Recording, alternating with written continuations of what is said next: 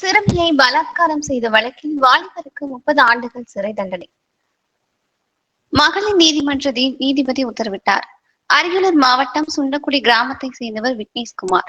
இவர் ஆரணியில் வேலை செய்து வருகிறார். இவர் கொரோனா தொற்று பரவல் தீவிரமாக இருந்த கடந்த 2021ஆம் ஆண்டு வீட்டிற்கு வந்துள்ளார். 2021ஆம் ஆண்டு ஆகஸ்ட் மாதம் அதே பகுதியை சேர்ந்த வீட்டில் தனியாக இருந்த 14 வயது சிறுமியை கடத்தி சென்று கட்டாய திருமணம் செய்து பாலியல் பலாத்காரம் செய்ததாக சிறுமியின் பெற்றோர் கீழப்பழுவூர் காவல் நிலையத்தில் புகார் அளித்தனர்.